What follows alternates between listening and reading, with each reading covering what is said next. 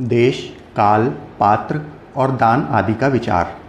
ऋषियों ने कहा, समस्त पदार्थों के ज्ञाताओं में श्रेष्ठ सूत जी, अब आप क्रमशः देश, काल आदि का वर्णन करें।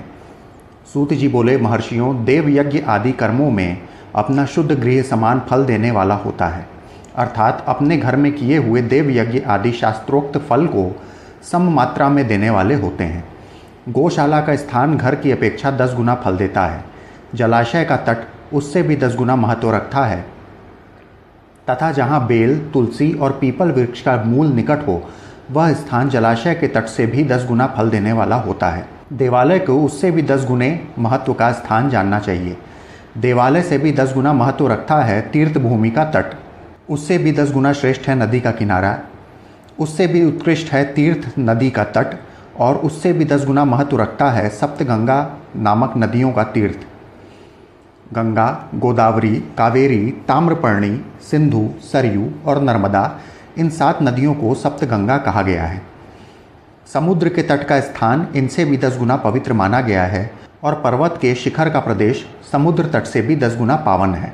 सबसे अधिक महत्व का वह स्थान जानना चाहिए जहाँ मन लग जाए। यहाँ तक देश का वर्णन हुआ, अब काल का तारतम्य बताता हूँ। सतयुग में यज्ञ, दान आदि कर्म पूर्ण फल देने वाले होते हैं, ऐसा जानना चाहिए। त्रेता युग में उसका 3/4 फल मिलता है। द्वापर में सदा आधे ही फल की प्राप्ति कही गई है। कलयुग में 1/4 ही फल की प्राप्ति समझनी चाहिए और आधा कलयुग बीतने पर उस चौथाई फल में भी 1/4 कम हो जाता है। शुद्ध अंतःकरण वाले पुरुष को शुद्ध एवं पवित्र दिन सम फल देने वाला होता है। विद्वान ब्राह्मणों, सूर्य संक्रांति के दिन किया हुआ सत्कर्म पूर्वोक्त शुद्ध दिन की अपेक्षा 10 गुना फल देने वाला होता है, यह जानना चाहिए। उससे भी 10 गुना महत्व उस कर्म का है जो विषुवह नामक योग में किया जाता है।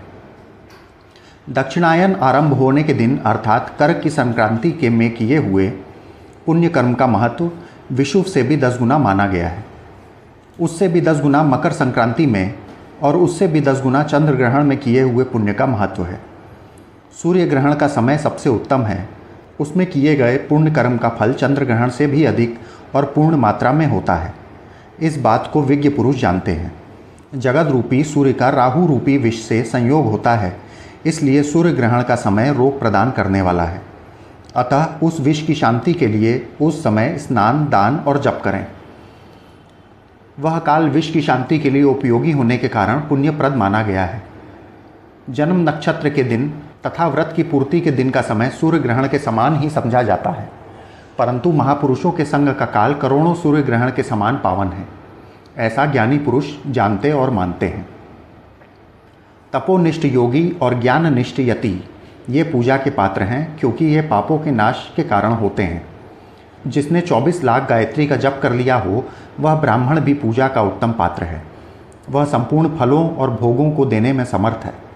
जो पतन से त्राण करता अर्थात नरक में गिरने से बचाता है, उसके लिए इसी गुण के कारण शास्त्र में पात्र शब्द का प्रयोग होता है। वह दाता का पातक से त्राण करने के कारण पात्र कहलाता है। गायत्री अपने गायक का पतन से त्राण करती है, इसलिए वह गायत्री कहलाती है।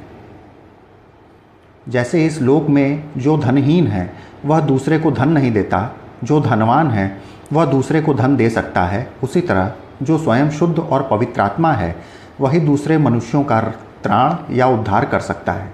जो गायत्री का जप करके शुद्ध हो गया है वही शुद्ध ब्राह्मण कहलाता है। इसलिए दान, जप, होम और पूजा सभी कर्मों के लिए वही शुद्ध पात्र है। ऐसा ब्राह्मण ही दान तथा रक्षा करने की पात्रता रखता है। स्त्री हो या पुरुष, जो भी भूखा हो वही अन्न दान का पात्र है। जिसको जिस वस्तु की इच्छा हो उसे वह वस्तु बिना मांगे ही दे दी जाए तो दाता को उस दान का पूरा पूरा फल प्राप्त होता है। ऐसी महर्षियों की मान्यता है।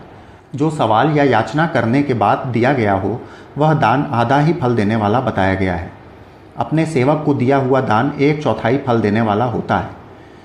विप्रवरों, जो जाति मात्र से ब्राह्मण है और दीनतापूर्ण वृत्ति से जीवन बिताता है, उसे दिया हुआ धन का दान दाता को इस भूतल पर 10 वर्षों तक भोग प्रदान करने वाला होता है। वही दान यदि वेदवेत्ता ब्राह्मण को दे दिया जाए तो वह स्वर्ग लोक में देवताओं के वर्ष से 10 वर्ष तक दिव्य भोग देने वाला होता है। शिल और उंच वृत्ति से लाया हुआ और गुरु दक्षिणा से प्राप्त हुआ अन्न धन शूद्र द्रव्य कहलाता है। उसका दान दाता को पूर्ण फल देने वाला बताया गया है। क्षत्रियों का शौर्य से कमाया हुआ, वैश्यों का व्यापार से आया हुआ और शूद्रों का सेवावृत्ति से प्राप्त किया हुआ धन भी उत्तम द्रव्य कहलाता है। धर्म की इच्छा रखने वाली स्त्रियों को जो धन पिता एवं पति से मिला हुआ है, उनके लिए वही उत्तम द्रव्य है। गौ आदि 12 वस्तुओं का चैत्र आदि 12 महीनों में क्रमशः दान करना चाहिए। गौ, भूमि, तिल, सुवर्ण, घी, वस्त्र, धान्य, गुड़, चांदी, नमक, कोहड़ा और कन्या, ये ही 12 वस्तुएं हैं। इनमें गोदान से कायिक, वाचिक और मानसिक पापों का निवारण तथा कायिक आदि पुण्य कर्मों की पुष्टि होती है।